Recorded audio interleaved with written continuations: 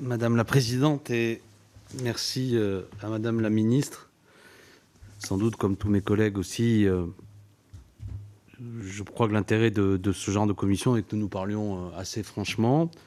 Vous nous avez donné des éléments, je vais vous interroger là-dessus, mais vous me permettrez de vous dire que j'ai trouvé que la tonalité quand même de votre propos, alors certes, il s'agissait de l'opération Apagan, qui mérite indiscutablement, au vu de la confusion sur le terrain, d'abord que les parlementaires que nous sommes saluent le courage de nos hommes, quels qu'ils soient, militaires ou dans l'ambassade, qui, dans des conditions terribles, ont, j'en ai la conviction, fait ce qu'ils pouvaient et ont fait preuve du meilleur de ce qui pouvait être fait, du moins du point de vue des éléments dont je dispose.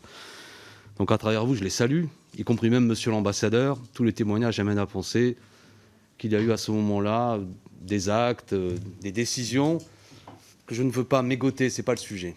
Une fois ceci dit, votre propos quand même devrait être cadré que tout ça est un échec terrible, retentissant. 90 soldats français sont morts dans cette opération depuis 20 ans. Pourquoi ? 3,5 milliards d'euros ont été investis. Pourquoi ? Pourquoi sommes-nous allés là-bas, derrière les États-Unis ? À aucun moment, la stratégie mise en place par nos partenaires américains a été véritablement questionnée. Et pourtant, beaucoup d'éléments amenaient à penser que c'est vers l'échec que nous allions. Donc il faudra tirer des leçons. Parce que des hommes sont morts, parce que des moyens publics ont été investis, et parce qu'il y a là sans doute quelque chose qui peut se reproduire demain. Honnêtement, bon, sans faire trop long, vous avez dit, je crois, dans une autre conférence de presse, qu'on ne pouvait pas comparer la situation du Mali et celle de l'Afghanistan. Pour ma part, je pense qu'on peut la comparer. Quel est le projet politique qui accompagne l'intervention de nos armées ? Sommes-nous véritablement indépendants dans notre manière d'intervenir ? Les renseignements qui nous sont donnés par les renseignements militaires américains sont quasi indispensables à nos opérations au Mali, et nous sommes à nouveau dépendants de ces partenaires.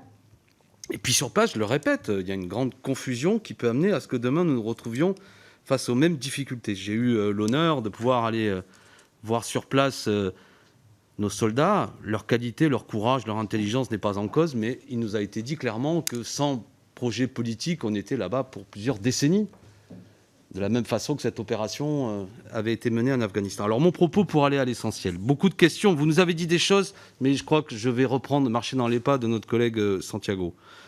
Combien pensez-vous, je parle des PCRL, qui sont encore sur place? Des chiffres circulent, si je reprenais vos chiffres, on peut amener peut-être qu'à ce que 200 personnes soient sur place, c'est ce que disent certains journalistes. Avez-vous ces éléments précis? Au passage aussi, vous n'aurez sans doute pas le temps de me répondre, mais on peut avoir des échanges épistolaires, Madame la Ministre. Moi, j'avais déposé avec le collègue Larsonneur, on avait fait une mission parlementaire sur les personnels civils des armées, auquel nous avions consacré un chapitre sur la question des interprètes afghans. C'était en avril 2021, et j'avais proposé un dispositif de protection de ces PCRL.